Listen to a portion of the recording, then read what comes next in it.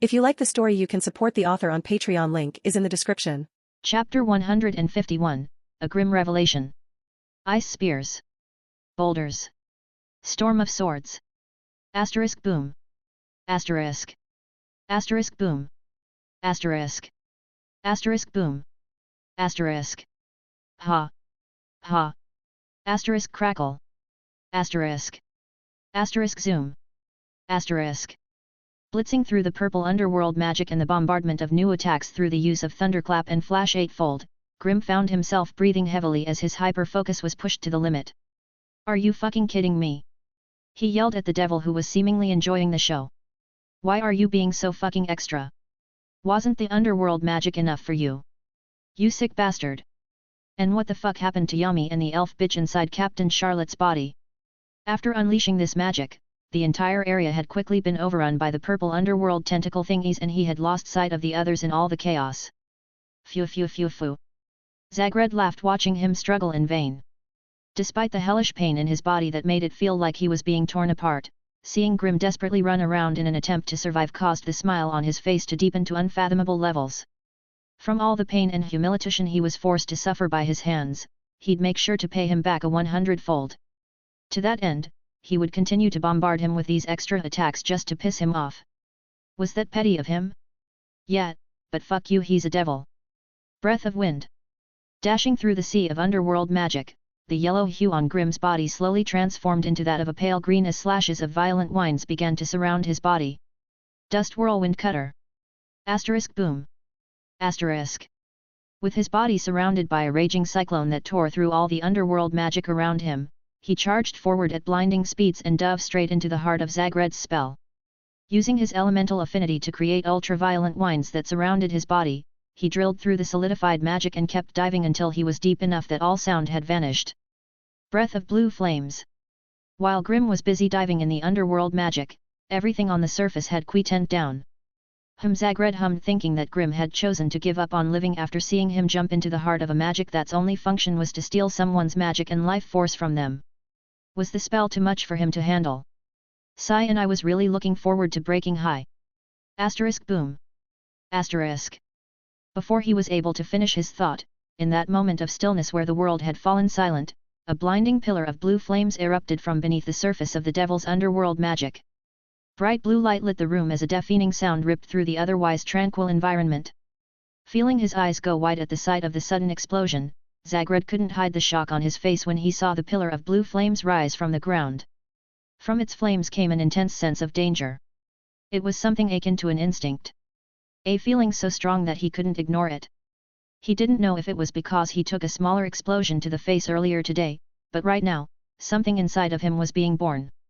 Something that made him uneasy. And it was at that moment that he understood what it was. Scattered by the explosion and shockwave, chunks of solidified underworld magic rained from the skies. But on these pieces that had been separated from the rest clung embers of blue flames. Flames that burnt away at the chunks until they became ash. Impossible. Impossible. He's burning magic, my magic. Underworld magic. Something not of this world shouldn't be destroyed so easily, and yet. Watching the pieces of the underworld magic become ash before even managing to touch the ground, that uneasy feeling in his chest grew heavier as he began to understand what Grim's magic was all about. Flashback to Grim landing attacks on him. His magic. It didn't target devils, it never did, it does something worse, far worse. It destroys what we're made of. What we're born from. What we live in. And what we survive off of. His magic, it destroys negative mana. It all made sense. The reason his mana was suppressed from the moment they fought. The reason why his spells were only half effective when he focused on him. The reason he was able to feel such long-lasting pain despite healing. It all made sense. And to further confirm his point, the magic he summoned from the underworld was the solidified form of negative mana.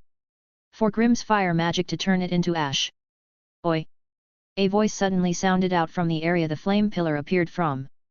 With the explosion gone and the dust cloud dissipating, the sight of Grim's infamous smile reflected off of Zagred's eyes. Covered in wounds he got from the solidified underworld spell touching his skin and draining his life force, he stood tall gripping a sword that's blade was completely covered in blue flames. Ha! He released a breath and swung his blade, shaking the flames off before looking up at the devil who was flying above him. What is this feeling? My body. It's trembling. Devil.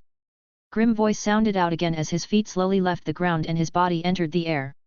Something's wrong. This guy. His entire vibes changed. Gritting his teeth and refusing to believe that a crossbreed of two inferior races could make him feel this way, he opened his arms and used his hell language to summon creatures from the underworld into this dimension. These creatures had long snake-like bodies, and besides the visible sharp teeth in their mouths, they had no other features on their bodies. No eyes. No noses. No ears. Devour him! Zagred screamed. Roar. Hearing his order, the creatures bolted towards the motionless Grim, who was chilling in the air. Die! Grins. Thunderclap and flash. Crackle. Zoom. Turning into a bolt of lightning, he flashed forward and appeared right in front of the leading monster. But right before he could be turned into the creature's snack, the glow around his body suddenly became a calm blue. Breath of water, third form, flowing dance. Utilizing the special properties of this form, his maneuverability skyrocketed, allowing him to easily perform a twisting dodge that had the creature shoot right past him while he plunged his blade into its side and carried on flying towards Zagred. Breath of flames, first form, unknowing fire.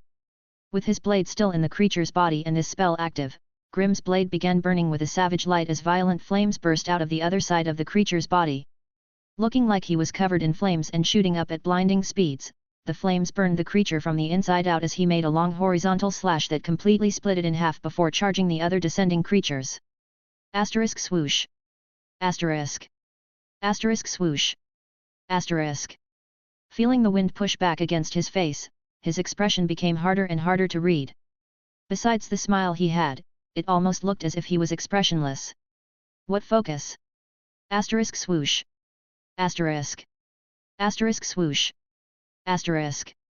Weaving through the falling underworld monsters, the hue on his body rapidly changed colors as he shot past them and let his spells do the work.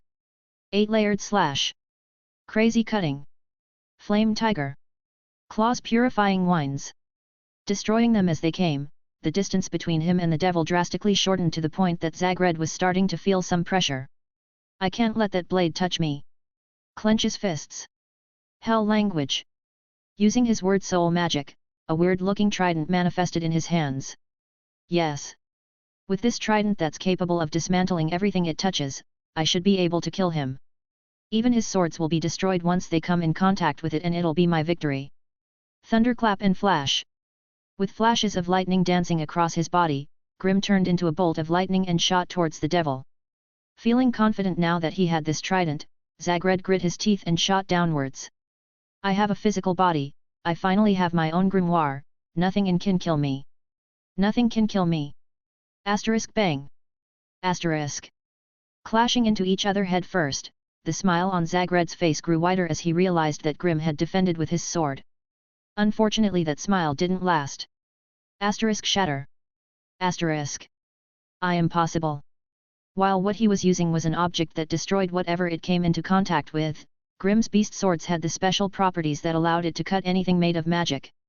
The moment both weapons clashed with the other, Zagred's trident began destroying the blades while Grim's swords began slicing through the trident, ultimately leading to the destruction of both weapons the moment they touched. He destroyed a weapon capable of distorting space and destroying everything. Grins. But I can just call forth another. Using hell language once more, Zagred called forth another trident and struck down at the now defenseless Grim. Die. Shatter. What? Although he had been right in his assumption that Grim was defenseless, he underestimated the speed in which he was able to materialize new swords. Again. Shatter. Again. Shatter. Again. Shatter. Again. Shatter. Clashing with Zagred's trident over and over again, Grim subconsciously wrestled his fight with Asta in the Witch's Forest. Remembering this fight caused the smile on his face to widen to a scary degree that it made the literal devil in front of him uncomfortable. Crazy cutting. Since Zagred was capable of materializing weapons as fast he could speak, Grim tried attacking faster than he could talk. Flowing dance. And since he still had to watch out for that trident, he used a spell that gave him the greatest maneuverability.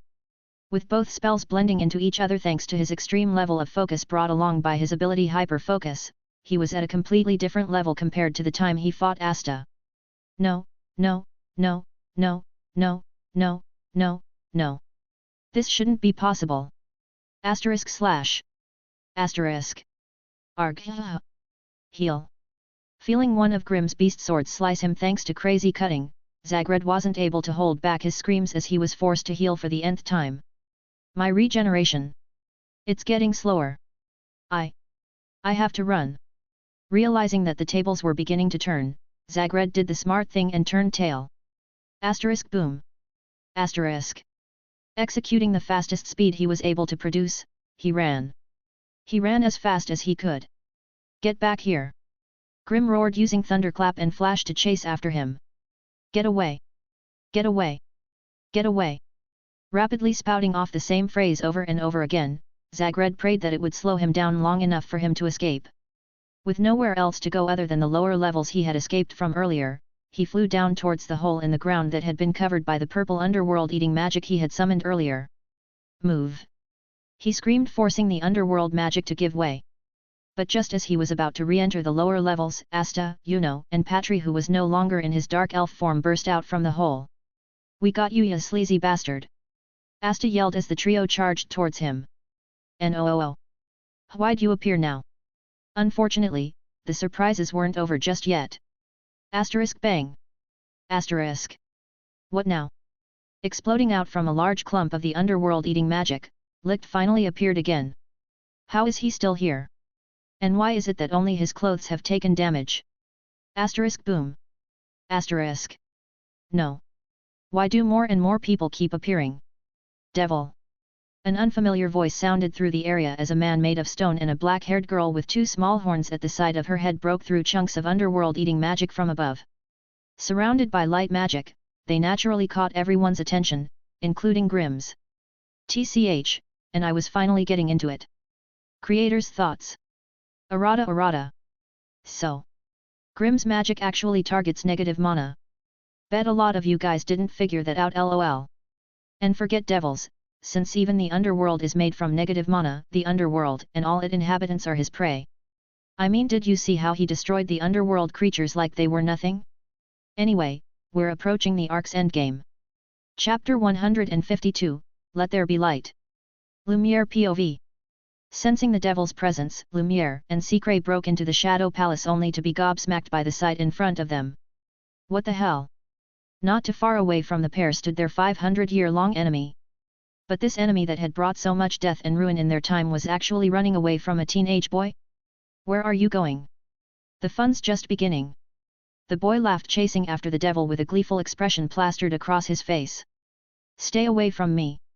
Watching this happening from above, Lumiere couldn't help but look at his companion in confusion and ask. Secret. You're seeing this too, right? The raven-haired girl nodded after looking away from the white-haired boy. That boy. He possesses demon-slaying magic. Demon-slaying magic. Lumiere's head snapped back in Grimm's direction. What cool magic! He yelled in amazement. He's also a magic knight of the current era.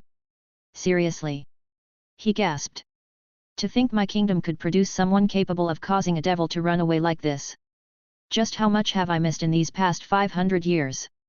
Your Highness! The black-haired girl called out. We should focus our attention on your brother-in-law. Brother-in-law? Looks up and sees Licht. Oh right. Let's go. Grabbing onto her hand, the two shoot up to meet the stationary Licht, whose hair was still giving gravity the finger. Do your thing, Secret. Patry POV. What the hell is going on? After managing to break free of his dark elf state and reaching the highest level of the Shadow Palace with Asta and Yuno by his side, the sight of the devil running from Grimm's pursuit left him speechless. How's he doing that? And if that wasn't enough, the Prince of the Clover Kingdom, who should have died out years ago, had just appeared out of nowhere. Hey Yuno! Asta called out. Isn't that? Yeah. Yuno nodded, seeing Lumiere. It's the first Wizard King. But how? Shouldn't he be like a bazillion years old or something? Hey! Patri interrupted and called for their attention. That Grim guy. What exactly is his magic? Grim POV. My body hurts. Diving into those purple tentacle things and blowing them up from the inside might not have been the smartest thing to do after all. Now I have a bunch of injuries on my body from where they touched me. Ice shards. Asterisk boom. Asterisk. Asterisk boom. Asterisk. But I can't stop. Storm of swords. Asterisk swoosh. Asterisk. Asterisk swoosh. Asterisk. I won't stop. Iron spears. Asterisk swoosh. Asterisk. Asterisk swoosh. Asterisk. ILL never stop. Asterisk boom. Asterisk. Lumiere POV. What they? With Grimm's body releasing so much mana, even Lumiere, someone who had not seen his friend for 500 years, had to turn his attention elsewhere. Such mana. Secret on the other hand couldn't afford to lose focus as she on waking up the guy in front of her. Release. She yelled, finally undoing the spell. Asterisk boom. Asterisk. A massive burst of light and mana exploded out of Lick's body as both he and his demon dweller sword began shining. Licked. Lumiere whispered. Feeling like the fog surrounding his head had cleared, Lick took in a deep breath and slowly opened his eyes. Lumiere. Eyes open fully, thank you. Hearing his friend's voice for the first time in 500 years, Lumiere was overwhelmed by his emotions. Licked. Arg. The devil's voice suddenly rang out, drawing their attention. Whoa! Lumiere exclaimed, seeing the devil grab onto the shoulder it had been cut on. Did you see that? He grabbed Lick's shoulder and pointed. MMM. The elf leader nodded and smiled gently. To think that even after 500 years had passed, our dream would finally be fulfilled. Our dream? You mean he's? MMM. Lick nodded. He's our bridge. Grim POV. Damn it. He's only using physical attacks against me now. Sigh, and his healing is really annoying. Hey.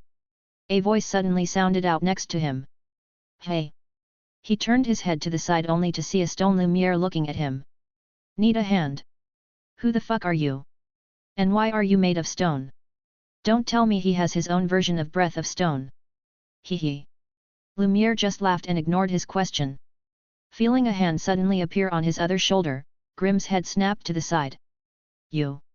Flying next to his was a smiling Licht who was giving off a completely different vibe compared to what he had earlier. What the fuck? Did he use that weird mana melding technique to bypass my hyper-focus again? Wait a fucking minute. How did this stone dude get past it? Unable to hear Grimm's thoughts, Licht merely patted his shoulder and said. You've done well, but we'll take it from here. The fuck did he just say? And since when could you talk like a normal person? Yab. Lumiere chimed in. Sorry for burdening you with our mess. We'll handle this now. Like hell you will. Asterisk boom. Asterisk. Asterisk whoosh. Asterisk. Not waiting to hear his response, both characters sped past him and charged forward at a speed that surpassed his own. The fuck? How are they so fast? Zagred POV. Flapping his wings aggressively, the devil of words raced through the area, putting as much distance between himself and Grimm as possible. What the hell is wrong with that boy? He has a counter for every word I use. And he somehow destroyed my trident. How is that even possible? And what the hell is his magic?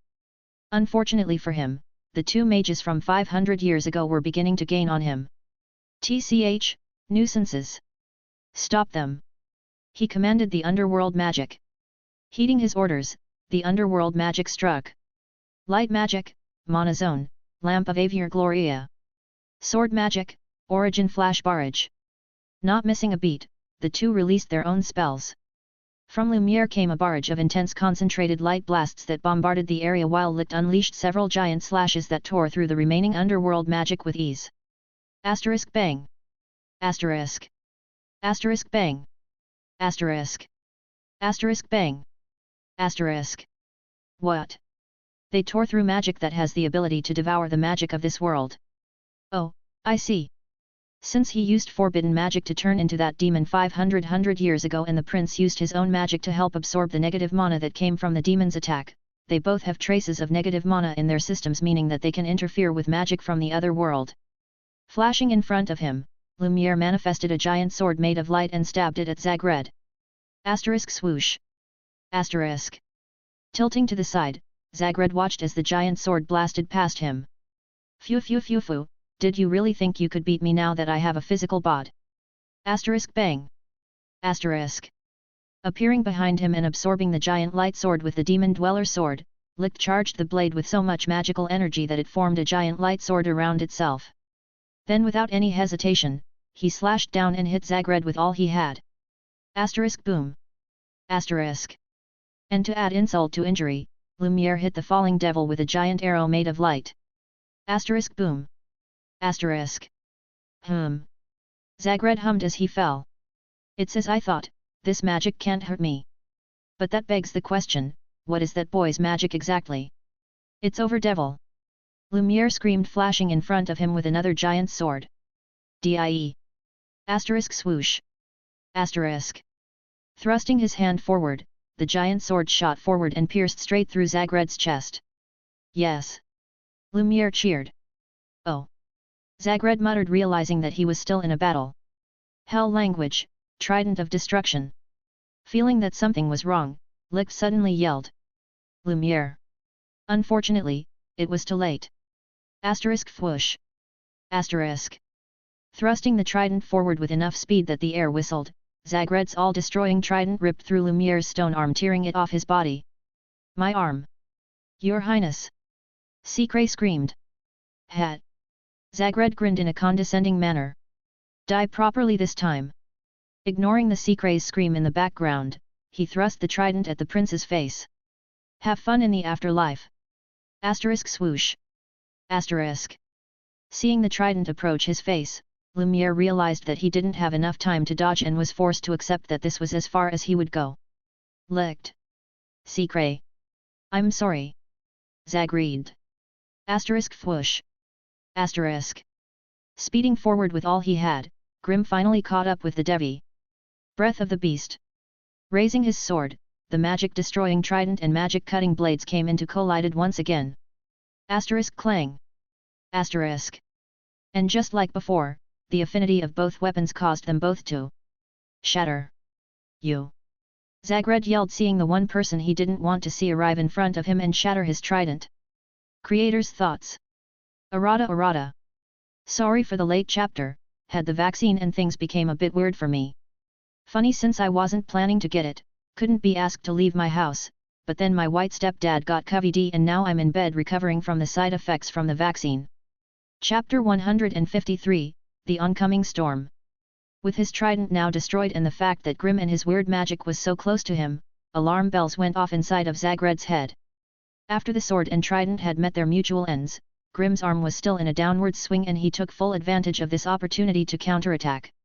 With the hue on his body turning from a light grey to a blazing blue, his flame sword manifested in his hand. Breath of blue flames, third form, blazing universe. Asterisk slash. Asterisk. Emitting a high temperature, the sword had blue flames dance along its blade as it slashed vertically through the devil's shoulder and down the left side of its chest. Asterisk tear. Asterisk. Due to their distance being too close to each other, all Zagred could do was fall backwards in an attempt to avoid the blade cutting too deep. That being said, the flames still managed to seep into his body and burn him from the inside. Clenches teeth. Explosion! He screamed. Hearing his scream, Grimm's eyes went wide as he too realized what would happen if he faced an explosion head-on at this distance. Shit! Asterisk boom! Asterisk. Ugh! Blown back by the aftershock, Grimm put his arms up to defend himself while Zagred flew up at his fastest speed. My heart! He grazed my heart! Heal! Despite healing himself, the flames that seeped into his body had left a scorch mark on the surface of his heart, causing him unimaginable pain. Combined with the pain of all the other attacks that he had healed from earlier on, Zagred realized that the only reason he was able to last this long was thanks to his ability to self-heal. If it were any other devil in his position without a healing ability, he didn't even want to imagine what would happen to them. But even with his healing ability active, the amount of pain he was going through was driving him crazy to the point that he was starting to lose it. Not to mention that he could feel his body breaking down. Whatever Grimm's magic was, it was killing him from the inside out. If it continued like this, his heart wouldn't need to be destroyed in order for him to die. For the first time since incarnating into this world, Zagred regretted having a physical body. Storm of Blades. He screamed, realizing that the only way to stop the destruction of his body was to kill Grimm before his magic took him out. Asterisk swoosh. Asterisk. Asterisk swoosh. Asterisk. Asterisk swoosh. Asterisk. Asterisk swoosh. Asterisk. Bring it. Grimm yelled, preparing to face the blades head-on. But before he was able to do anything, something else happened. Sword magic. Light magic. Demon light magic. Wind magic. Anti-magic. What the? Asterisk bang. Asterisk. Asterisk bang. Asterisk. Asterisk bang. Asterisk. Flashing in front of him, Asta and the others took on the full brunt of Zagred's attack and dispersed it with ease. These fuckers just interrupted my fight again. Flying over to Lumiere's side, Secret attached his arm back onto him and sealed the damage with her magic. Thanks, Secret.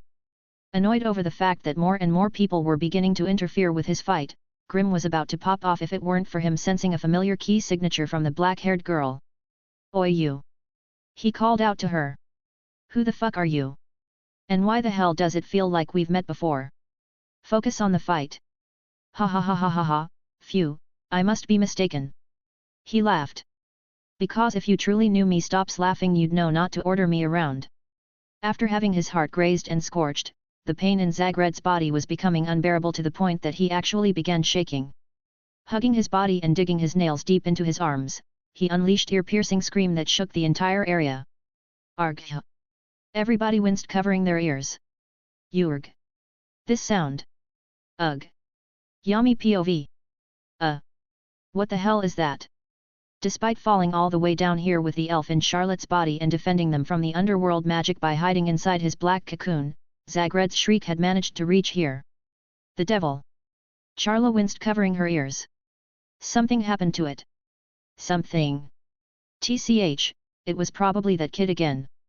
He's the only one I know who could piss someone off enough to scream like that. Upper levels. I'll kill you. I'll kill you. I'll kill you. I'll kill you. I'll kill you. I'll kill you. I'll kill you. I'll kill you. Bleeding black blood from his nose, ears, eyes, and mouth, Zagred seemed to have completely lost his sanity as his magic power and voice started to distort. Damn, this guy is loud. Deep breath. Grimm. Lick suddenly called out, standing in front of the group. Hey! Wait! How does this guy know my name? I don't know what you've experienced in your life, or what it was like living amongst the humans. Raises sword high, but as the leader of the elf tribe, it's my responsibility to show you your birthright. Your heritage. Sword starts glowing with magic power now. Grimm, witness the wrath of our people. The wrath of the elves. Gathering the power of all the elves in the Shadow Palace into his blade, he tightened his hold on the hilt and slashed down. Sword ultimate magic, Demon Dweller sword, conquering Ian. Asterisk slash. Asterisk. Slashing down with all his might and unleashing all the power he had gathered from his, a bright light filled the entire room as a gigantic slash slammed into the crazed Zagred with enough force that his body was actively disintegrating before their very eyes. NGGKK. Kaya.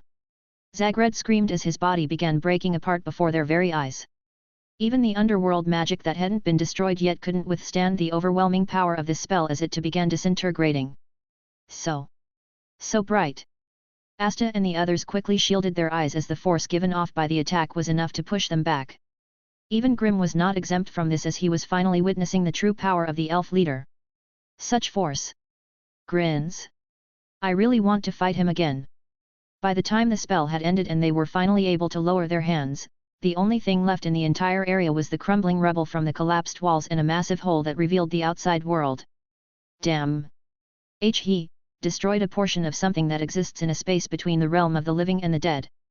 As expected of Licht. Patry said in awe.